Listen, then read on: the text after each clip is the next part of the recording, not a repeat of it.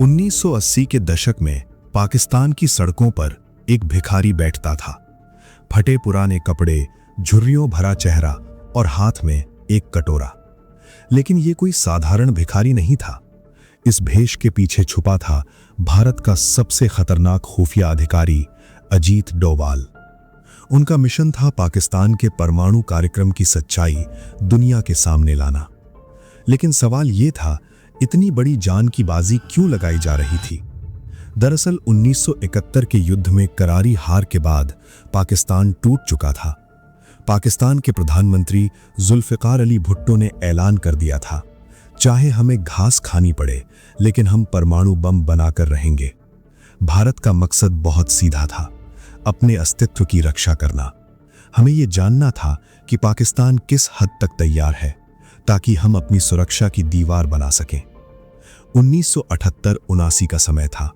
Doctor Abdul Qadeer Khan के नेतृत्व में पाकिस्तान कहूटा में गुपचुप तरीके से परमाणु बम बना रहा था। भारतीय खुफिया एजेंसियों को कुछ संकेत मिले थे, लेकिन ठोस सबूत नहीं थे।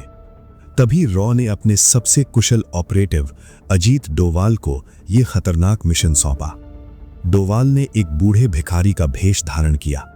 वो सिर्फ कपड़े नहीं, बल्कि पूरी पहचान बदल चुके थे।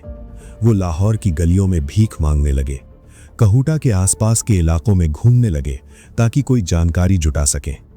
उन्होंने देखा कि कहूटा प्लांट के पास एक छोटी सी नाई की दुकान है। परमाणु प्लांट में काम करने वाले वैज्ञानिक अक्सर इस नाई की दुकान में बाल कटवाने आते थे। डोभाल ने वहां भिखारी और कभी मजदूर का भेष बनाकर उन वैज्ञानिकों के कटे हुए बालों के नमूने इकट्ठे किए। यहां विज्ञान का एक बहुत बड़ा नियम काम कर रहा था। परमाणु लैब में काम करने वाले लोगों के शरीर में रेडिएशन पार्टिकल्स जमा हो जाते हैं, जो उनके बालों में भी पाए जाते हैं। डोभाल ने वो बाल किसी तरह भारत भेजे। जब दिल्ली की लैब में उन बालों की जांच हुई तो ये साबित हो गया था कि पाकिस्तान परमाणु बम बनाने के आखिरी दौर में था। डोभाल के इस मिशन ने भारत को वो अलार्म दे दिया जिसकी हमें सबसे ज्यादा जरूरत थी। अजीत डोभाल का मोटिव सिर्फ जासूसी नहीं था, बल्कि भारत को एक सरप्राइज अटैक से बचाना था। उनके दिए सबूतों की वजह से ही भारत अपनी डिफेंस पॉलिसी बदल पाया। आज जब हम चैन की नींद सोते हैं तो उसके पीछे ऐसे ही जांबाज हैं जिन्होंने दुश्मन के घर में भिखारी बनकर हमारे भविष्य की रक्षा की।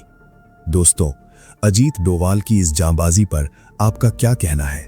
कमेंट में जरूर बताना और ऐसे ही और अनसुनी कहानियों के लिए चैनल को जरूर सब्सक्राइब करना।